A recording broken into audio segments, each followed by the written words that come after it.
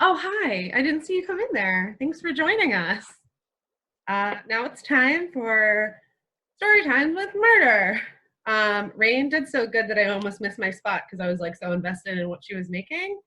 So good job, Rain. I'm so proud. I'm gonna screen set up here. How are we all doing today, guys? I hope good. I just wanted to talk about a few things before I begin. First of all, I've been drinking, and what I've been drinking is delicious. I've been drinking Manatani's 4-grain American whiskey. I picked it up Thursday night, and done some work on it. It is so good. I'm not usually a fan of American whiskeys. I'm not really a fan of bourbons. I usually like Irish whiskeys and Canadian blended whiskeys, but this shit is so delicious. It's so good. It's so smooth. I have it blended into my little whiskey ginger. Really good in there. But it's also, I just wanted to prove how smooth it is. I'm going to take a little shot because it's smooth enough to take a shot. Let's just make this weirder by being drunker. So cheers to you guys. We have raised money so far. I don't have the numbers. Do we have numbers? Let's find out. Okay. There we go, $890. So here's to $890 going, 100% of that is going to the cluster. So good job. Cheers to you guys. You guys are good humans. Let's take a shot of this. So good, so smooth. I feel like a lot of bourbons usually have a acidic bite to them, but this one doesn't have like that acidy burn. Has a little bit of a burn, but not so much that it's like a taken aback burn. And this doesn't say that it is bourbon, but it's pretty damn close to a bourbon. I love it. It's delicious. Highly recommend it. Thank you to Jay at Manatani Steelworks who donated tour gift cards so you can go see their facilities. It's incredible. And then I bought this from him. We also have 3 bitches vodka from him. I don't know how that is Suffragette, my roommate would know. She'll probably tell you later. Okay. So, is that all I had to do? What else did I have to say before I started the story? I don't remember. Okay. So, we wanted to do story time because apparently, oh, thank you, Raven. Apparently I have a lot of stories, which I do, and usually people don't believe my stories. I will call out Dan Spitz, my childhood friend, who didn't believe my stories until one day we were driving down my street. We lived in the middle of nowhere. I lived in Kiverton, farm country, and he was never believing any of the stories that I told him. And then we're driving down in the middle of the nowhere, and this guy just jumps on the hood of my car and starts screaming at us. It was like 12 o'clock at night on a Tuesday. And then we pulled out and he was like, I will never not believe you again. So yeah, I have weird stories all the time. I forgot to like write down actual stories to tell. So I just jotted down a couple that I could remember. So the first story is how I knocked out my front tooth. So this is a fake tooth right here. It bit a hole through my entire lip when it happened. So I have this like little bump guy here. So it was around Christmas time. I was like 21, 22 years old. And I'm driving around. I drove 400 miles in 2 days, less than 2 days. So my final destination was my friend's Kate's house in Lancaster. And I immediately walk in, they give me a glass of wine. I lay in their hot tub and I'm like relaxing. I sip this glass of wine and I'm not even halfway done this glass of wine and I feel horrible, awful, like the worst I've ever felt in my whole entire life. I was like, I don't know if this is that I'm drunk or I'm about to vomit everything I've ever eaten in my life, but like it's a common. So I get out of the hot tub, I go to the bathroom, and the next thing I know, I wake up, I'm in a pool of goddamn blood, and my tooth is on the ground. And me being really considerate, I started cleaning up the blood because I didn't want them to freak out that there was like blood on the ground.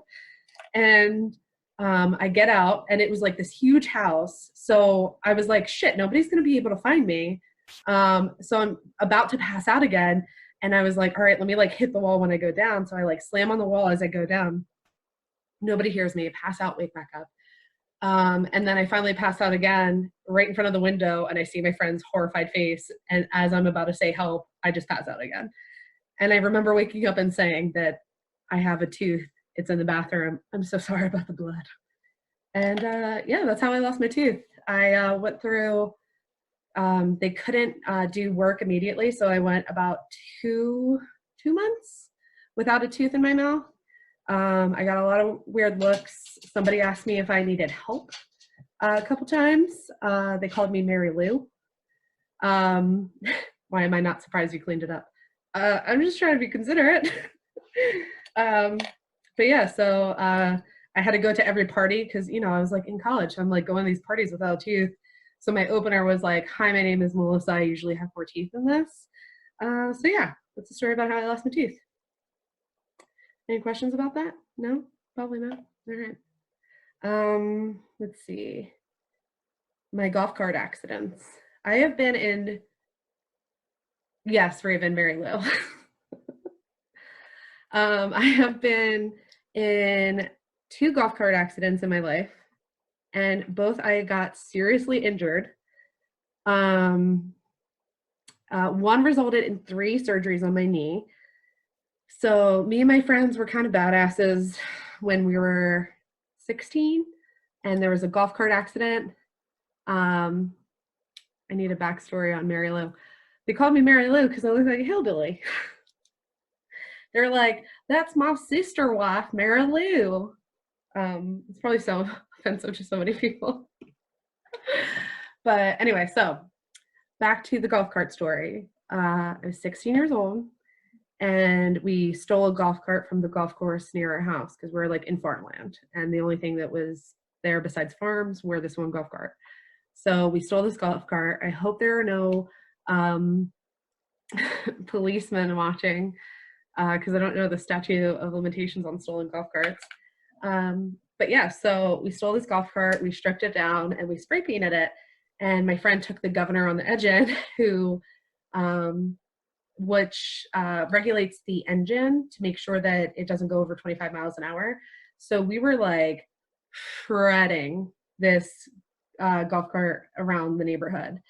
And I was on the back of it, and the guy who was driving it thought it would be great to go on the mud patch down the hill, and he skids on the mud hill, and I have thrown 25 feet. It landed on my leg. I completely tore my ACL in half. They said when they took it out, it looked like shredded chicken.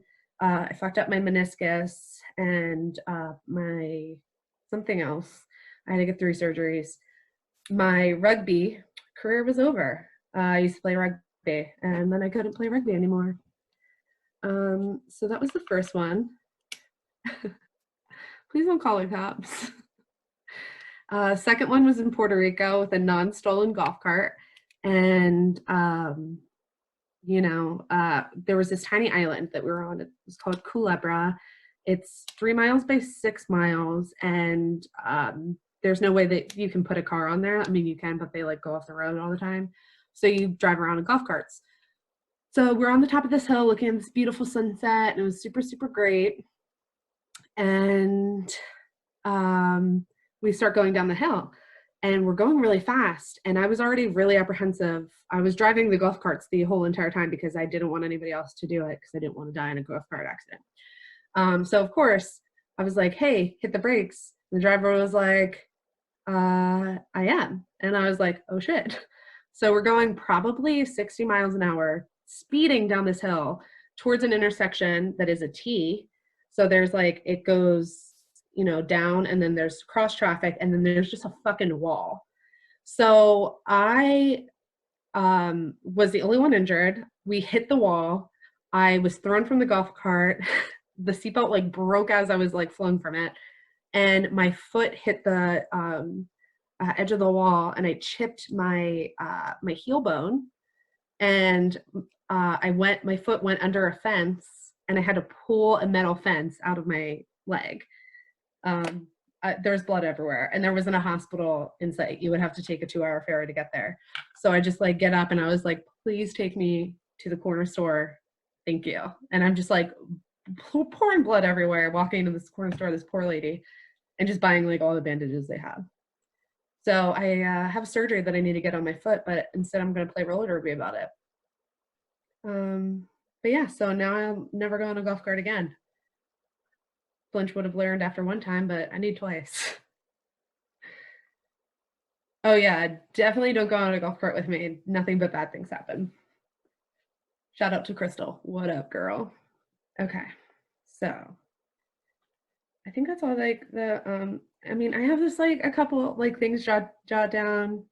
They're kind of like how to be there. So like, they're not as great. This is not as going as smoothly as I thought it was going to. Let's see. I saved a bunch of people from a car accident once. I pulled a baby out of a car. That was fun. Good times, good times. But yeah, so the second part of this is ghost stories. Let me see if I can turn off this light. It's getting scary, guys. Now I don't know if these are actual true horror stories. I've pulled them off of Reddit, the No Sleep Reddit, and see here. I haven't read them, so here's hoping they're fine. Okay, so the first one is written by Nocturnal Nanny. Oh, Krista wants to know about the car accident. Okay, so, okay, fine. Before the, let's turn this light back on. So before I tell you about the crazy ghost stories that I found off Reddit, which I haven't read yet, so here's open. So one day I was driving to my friend Ashley's house, and shout out Ashley, what's up, girl? And I was driving, and then all of a sudden I hear a bunch of loud noises in front of me, and I didn't see exactly what happened because there was like a bunch of like smoke and like steam happening.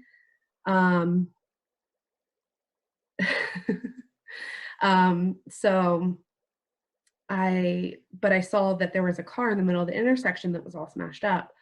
So I stopped my car and I pulled on the side of the road, and I saw that there was a little like bug, like VW bug, and it was filled with a couple people, and I stopped to make sure they were okay, and they said they were fine. They were the car that like hit the car in the intersection.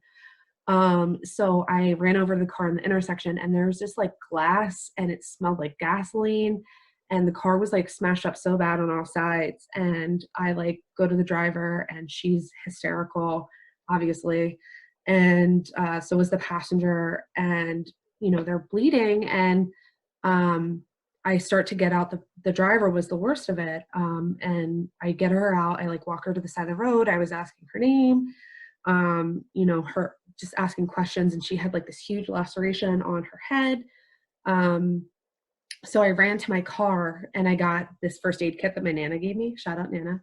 And it's awesome. It had like everything I needed in it. So I put pressure on her wound, and then she told me she had a baby in the car.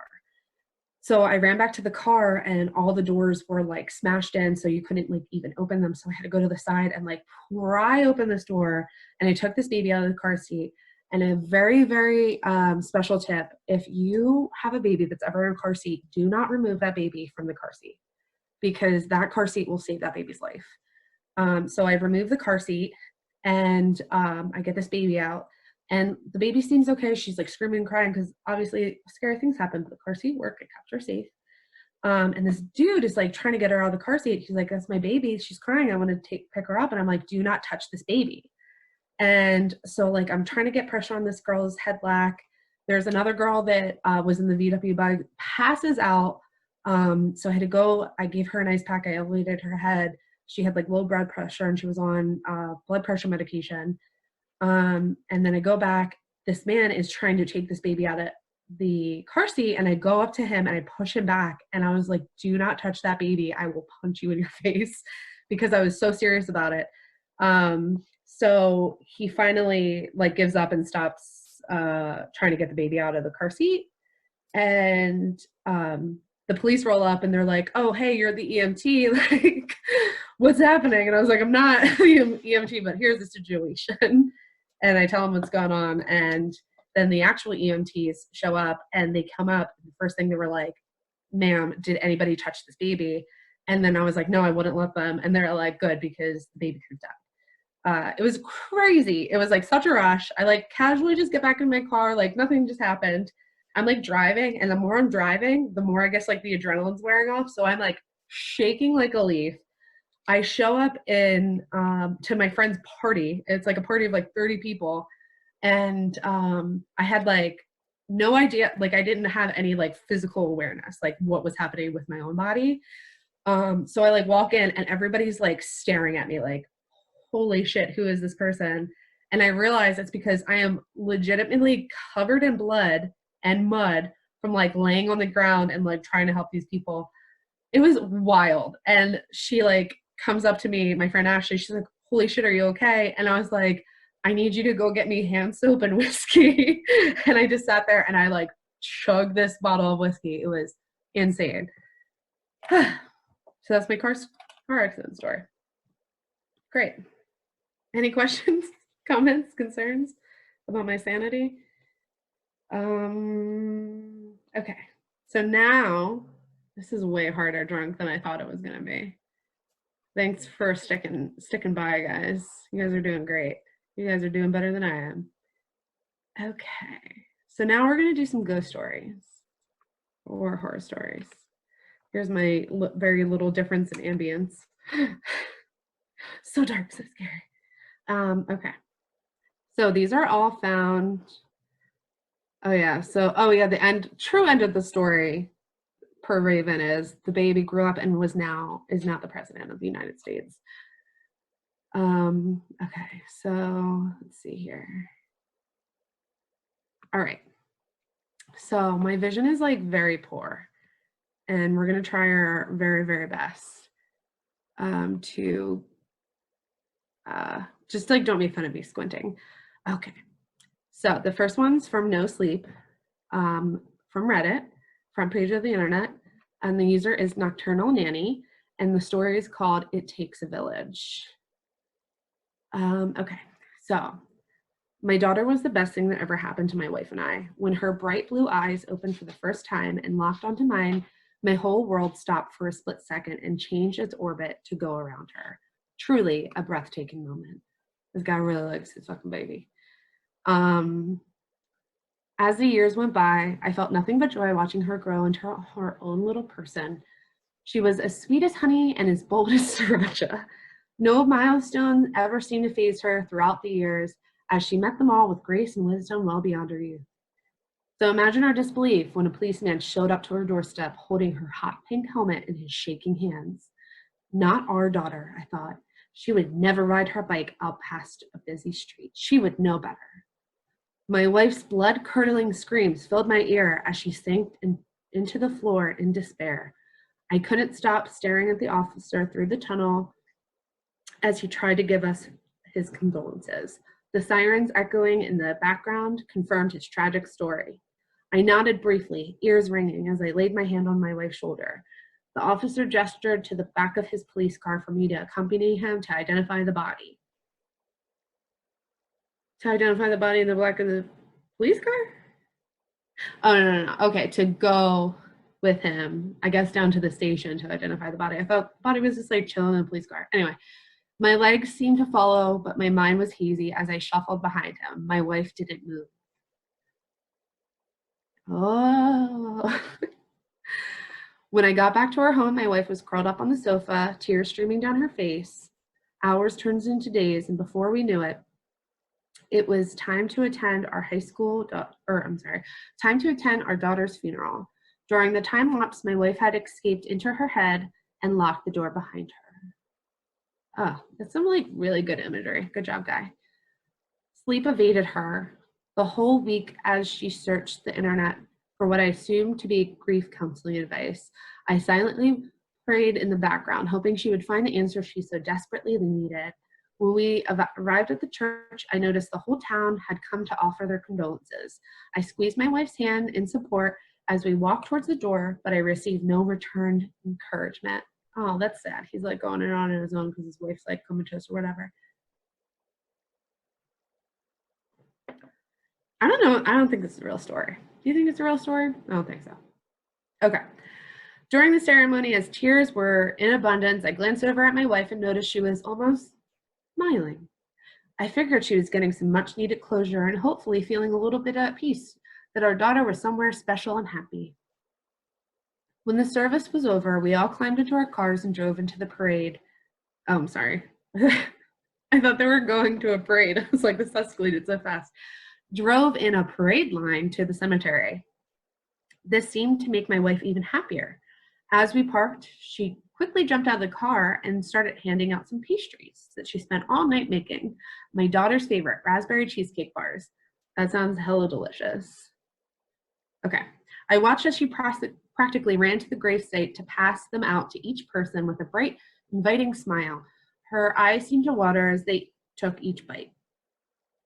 Returning her smile with one of comfort, I had turned to reach for our coats out of the back seat when the screaming started. Oh no, what's gonna happen?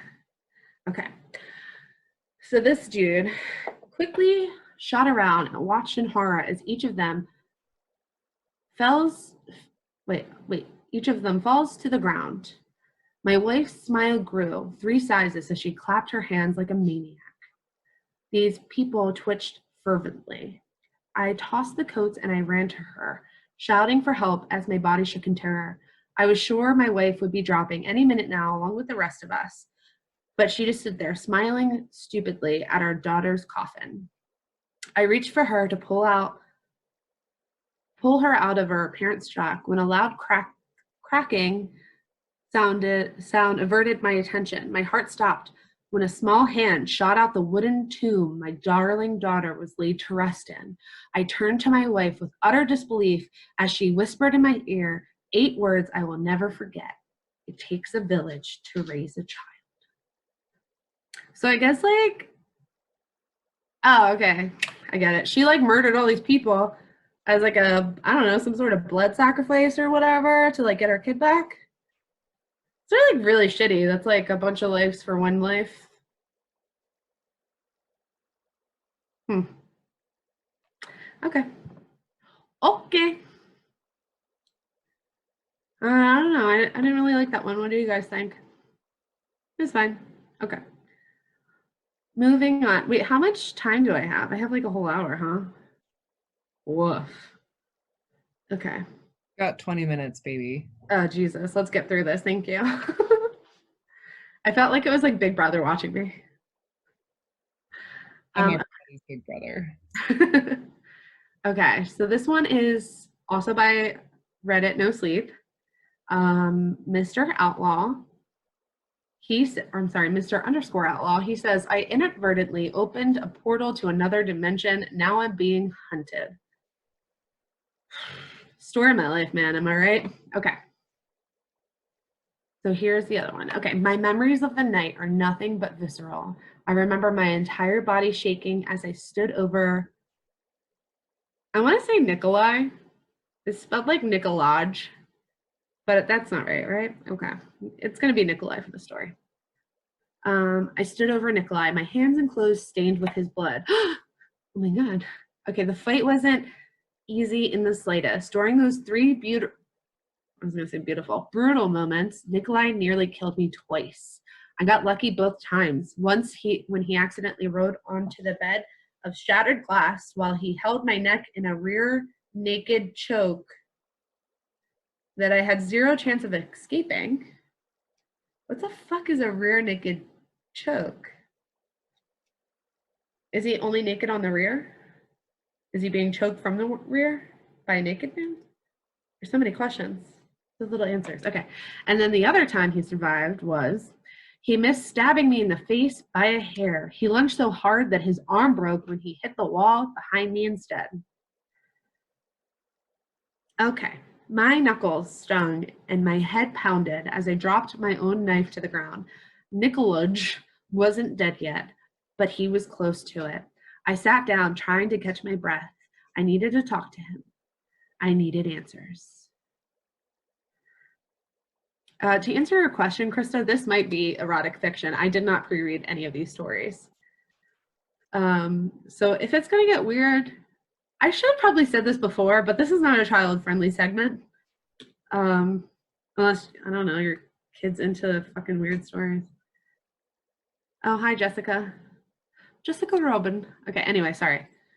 So we're fighting with Nikolai. Okay, ready? My history with the guy was a bit complicated. I hadn't seen him in years since the incident, and then suddenly he shows up out of the blue and tells me to get in his car, claiming me that I needed to see something important. Next thing I know, he's pushing a chloroform-soaked rag into my face. When I finally came to, I was sitting in the corner of some dingy basement. The place looked like it was inhabited by a madman. There were old books scattered across the place, along with some kind of triangular symbol carved to the floor. Nikoloj, was across from me, holding 2 knives.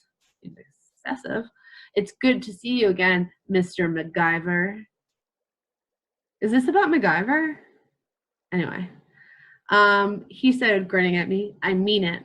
My real name is Miles. MacGyver was an old nickname, one that I thought that had died during the incident. What is the incident? There's so much that he's alluding to, and he's not telling anybody anything. Okay. He tossed me one of the knives before standing up. I'm sorry, but this is our chance, he said. I had no idea what the hell that was supposed to mean. Before I could even ask, he was coming at me with a blade, and he was not holding back. In the end, I managed to come out with a narrow victory. Cool. Good for you, bud. MacGyver. That's the story about how we got here. Great. What was the incident, though? Like, we didn't go into the incident. Whatever. As Nikolai lay dying, he smiled at me again. I'm glad you won, he said. This is your chance. You can end it. They'll chase you now. They'll hunt you now. One after the other. He'll be the last. The antipode?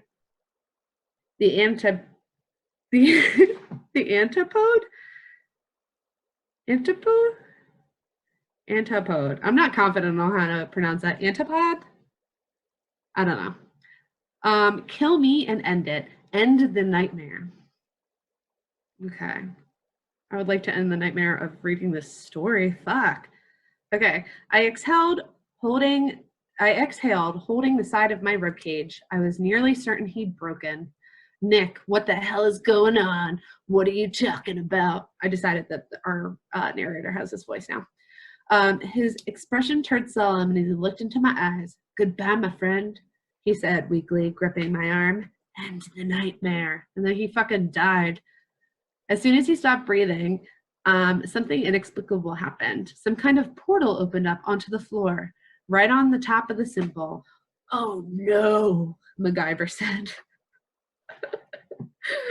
This is not at all what this says. Anyway, I was hesitant to look at first. The way I saw it, Nick had gone insane over the years and done something he really shouldn't have. And then he went and dragged me into it. Some friend. I mean, I don't think he was ever your friend to begin with. Like, he started the story, like, stabbing you in your ribcage. Like, I don't know. Anyway, so, still, I had to look eventually. I had to find out what was going on. Turn the page, wash her hands. Okay. It's hard to describe what I saw. I only got a fleeting glance anyway. Not too much going on. Still, I can say with confidence that it's probably not the kind of place you want to visit. There was a dark, boiling lake. Okay. It almost looked like tar. Tall, emaciated figures rode around in fleshy boats, fishing for severed limbs, using nets made out of barbed wire. There was something large in the sky. I thought it was a moon at first, but then I had to look harder. They were appendages coming out of it, almost like dozens of massive writhing tentacles. Okay, so there's flesh boats, boiling lakes, and a tentacle moon. I stopped looking through the portal altogether when I spotted a boat heading right towards me. Was it a flesh boat? I couldn't make the specific details of the figures on board, but what I could tell was that there were 5 of them, all of varying heights and frames. They'll chase you now. Nick's words rang through my head. I cursed before getting the hell out of there. Get out! Okay. I'm not sure how much I've had. Is this ever going to end? Fuck. Okay, wait, we're getting to the end. Okay. I'm not sure how much of a head start I had, but I doubt it's going to be much. Thankfully, the building that he'd taken me to was near the forest. Okay. The same forest I'd found an abandoned cabin in a few weeks ago. I gotta take a sip. This is taking forever. Fuck. Okay. Ever since then, I'd been using the place to stock emergency supplies, guns, first aid kits, whiskey, etc. You might be wondering why I bothered setting up such a place. Well, like I said, my past is complicated. Yeah, we got that from the incident that you alluded to. So complicated that I thought something like this would be necessary one day, and I was right. It's been about a year since I found the cabin. An hour into the chase, I've been bandaging up my wounds, changed out of my bloody clothes, armed myself, and polished off a quarter bottle of the finest scotch in my possession. All right, MacGyver. I might not get another chance to drink it after all. Obviously, there's lots of things I need to figure out, but I'm not even sure who I'm supposed to ask. In the meantime, I'm starting to hear somebody walking around outside. Look like it's about to begin. Okay. That's the end of it. Yeah, this is a great story. Thanks, man. It's real dumb, but I'm super interested in the tentacle moon that we're talking about. I'd like to see that. Okay. Raven, how am I doing on time? What time is it? 6:50. Okay, I got some time. Got 11 minutes. Ah, shit. What am I going to do for 11 minutes? Find out. Good luck. Buckle in, guys. We're going to go ahead and, let's see. We're going to research another story. Wow, this is really poor planning in real time, guys. I thought that would be the best. I mean, in the meantime, I'm going to tell you about how I punched this guy at a Motorhead concert. It was my most metal moment, and it was good. Oh my God, this one's good. Good time. Yeah, this guy was fondling my friend, and we're against the barricade, so I told him to back off, and he didn't. So then, while Ace of Spades was playing and Lemmy himself was sweating on me because I was so close, I turned around and I punched him right in the fucking nose, and he crowd surfed right out of there. It was a great time. Okay, I think I found a good story. Let's see. These titles are just so good. Okay, this one seems short enough. Okay. It's on #NoSleep. And it says, last night I had the best sex in my life. Wait, hold on. Let me just scan this real quick to make sure this is not actually erotica.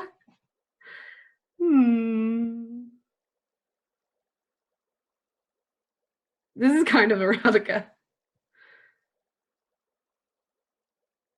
Okay, this is just erotica. I can't read this, guys. Moving on. Let's see. God, these are so fucking long. Okay, so I can't find a good one, so I'll tell you about my own a little ghost story, I guess. It's kind of creepy. So back in the day, again, don't call the police. Back in the day, I used to break into warehouses and shit, and urban explorer, as I called it. It was just a bunch of fucking nerd wannabe goth kids. Hey. That just wanted to, be in dangerous places and not do anything bad. So we used to break into every place around, and we broke into Limerick Distillery, Linfield Distillery. So it's this huge warehouse plex, and it has quite a few just giant empty warehouses. Some are dilapidated, but some were still together and had alcohol in them. So we would go there and see if we can get some alcohol. And so one day that we went there, I was taking my friends up to the building because I used to go up there during the day a lot. I never went there at night. So I took them to the roof of the building, And we're walking across the building. This is like, I think I was like 15, 16, I don't know. 15, I'd say. So we were on this building, and I looked to the building that was right next to us, and on the top of there, I thought I saw a man. And I start freaking out, and I like just wanted to like assess the situation first before I started freaking out. And then I saw it move. And then that's when I finally was like, dude, like there's a man on that building right there. And everyone's like, no, that's like just like the tree that's like growing outside the building. That's this, blah, blah, blah. And then we see this man, and he walks up to the edge of the building into the light, and we saw his face, and he's in a black trench coat, looking real scary, like 1980s, like horror movie shit. And we start freaking the fuck out. So we run off the roof. We run downstairs, not off the roof. We run downstairs, and we see this guy, and he's going downstairs too. And we run through the building, and we get out, and we see him behind us, and we are like running for our lives, like freaking the fuck out because he's chasing us, like actively chasing us. And he was like screaming something, like we couldn't really hear him in the background. And we finally got into our car, like we drove off, whatever. My friend drove us to this diner, and the whole entire time I was like, I have a really weird feeling about this guy. And everyone's like, okay, well, like, let it go. And I was like, I can't. There's like something weird about this guy. I have to call the cops. And they're like, if you call the cops, we're going to get in trouble for trespassing. I'm like, I don't give a fuck. I have to call the cops. I have to like report this. I have a weird feeling we have to do this. So I called the cops, and I like made an anonymous tip, but I gave them my phone number because dumbass 15-year-old Melissa thought that was fine. I was like, no way that the cops can find me. So I call him, and I tell him what happened, and they're like, are you guys there now? I was like, no, we're away. Like we're, at a separate place now. We're fine. We're safe. But I just had a really weird feeling, and I thought you guys could inspect it. So a couple, like probably like an hour or two goes by, and I get a call back from the cops, and it's like a different dude. It's like a sheriff or something, like a deputy. I can't remember what he said it was. And he's like asking me all these specific questions, like, did he hurt anybody? Did he like attempt to like bring out a gun? Like all this other stuff. And I was like, no, why? And he was like, listen, I'm not supposed to tell you this, but like this guy just shot his wife, and he was trying to escape, and he went to go there to go kill himself, but we caught him. So, and he was like, don't ever fucking go there again. And it was fucking terrifying. And I don't know, like, I was trying to find something about this. I don't know if it was just like this cop trying to scare the shit out of me or what happened, but this was a year in Phoenixville and in Royersford and Pottstown where a lot of random fucking murders were happening. So like, I don't know, it could be real. So yeah, that's my my almost murder story. So yeah, I have like 5 more minutes left. And I'm gonna tell you guys all about the cluster. So Pottstown Cluster is helping the community by offering things like food services during this time of need. They need unused plastic bags, like grocery bags, like in good condition, and also reusable bags. So if you want to donate to them that way, you can do that too. You can give us your money, go to our Facebook, and you can donate to our PayPal account, and we're giving it directly to them. 100% of the proceeds are going to them. So it's a big deal. And then I just want to take a minute to thank our sponsors like Manatone Still Works, Fly Fox, JJ Radican, Beverly's Pastry Shop. By the way, Beverly Pastry is a badass, and it's Kristen, and she just went ahead and just like dropped us a gift certificate for $50, no question asked, because she's awesome. So yeah, so there's a link. Krista, thank you. She went ahead and she put donate now via this link in the comments right now. So if you want to head over there, you can. And up next, we have 2 more segments left. We have my beautiful princess roommate, Suffragette. She's going to do a tarot card reading that I might make an appearance on. I don't know if she needs me or not. So she's going to do that. And then we have Auntie Raven's Weird Ass ASMR to close out the night. is going to get weird. So that's my time.